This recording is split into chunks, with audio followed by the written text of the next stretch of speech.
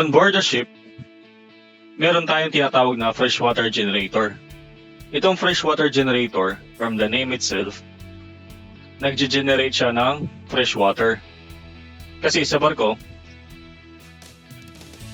madalas tayong gumamit ng freshwater para sa panglinis, sa panglaba, panghugas ng plato, sa pangligo, at saka pwedeng gawing drinking water.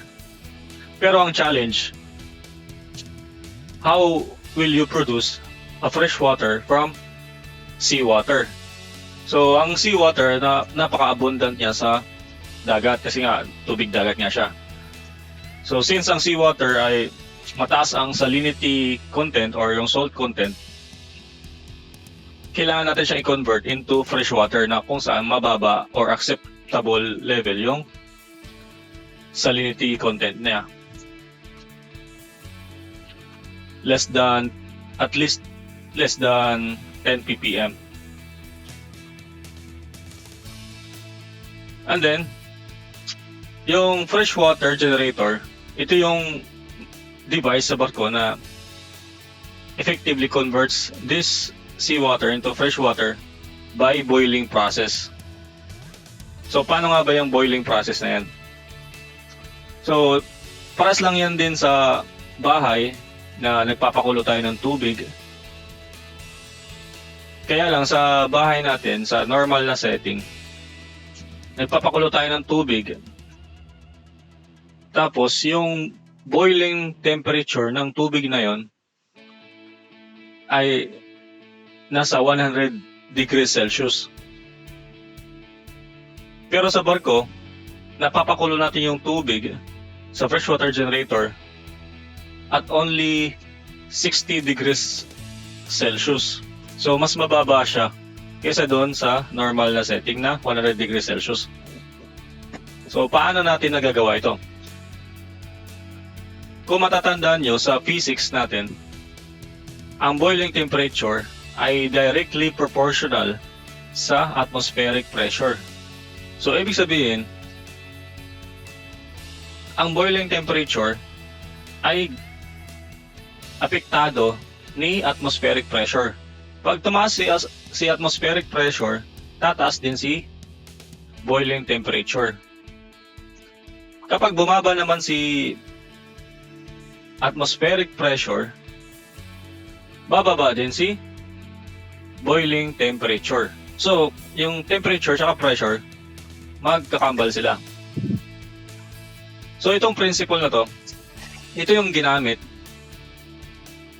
sa freshwater generator para makapag-generate kami ng freshwater on board the ship. So, ibig sabihin, nagpapakulo kami ng tubig at 60 degrees Celsius, pero hindi at atmospheric pressure na 101.325 kilopascal or 14.7 psia atmospheric.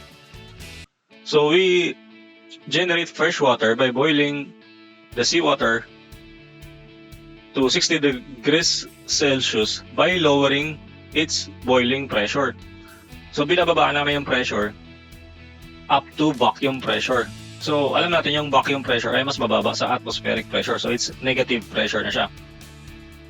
So, at this pressure, at vacuum pressure or nearly vacuum pressure, makakapag-boil ka na ng water at lower temperature. So, ganun ang principle niya ng freshwater generator. So, that's why we can generate freshwater from seawater on board a ship using this principle.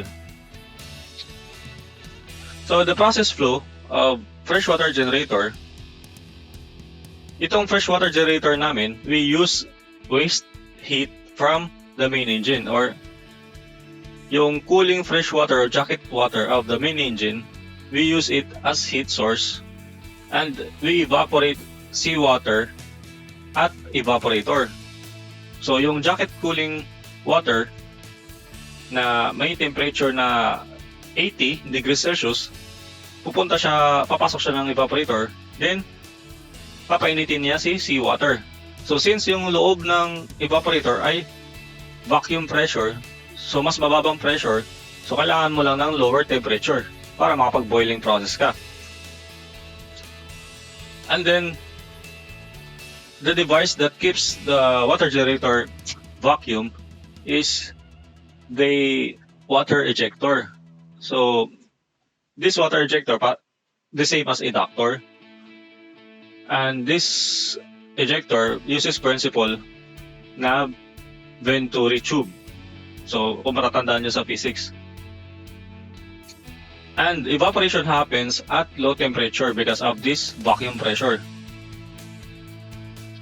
So, yung water vapor na mapoproduce dito, or yung steam, will lead to the condenser. And this vapor will be condensed by seawater, by cooling seawater. So, yung water vapor, it will be condensed, turned into liquid by cooling it by seawater. And then it become a high purified fresh water. So, it will be transferred into freshwater tank by so-called distillate water pump. Kasi distilled na siya. So, it will be transferred by water pump to freshwater tank. And the salinity concentration of the generated freshwater is measured by salinity meter.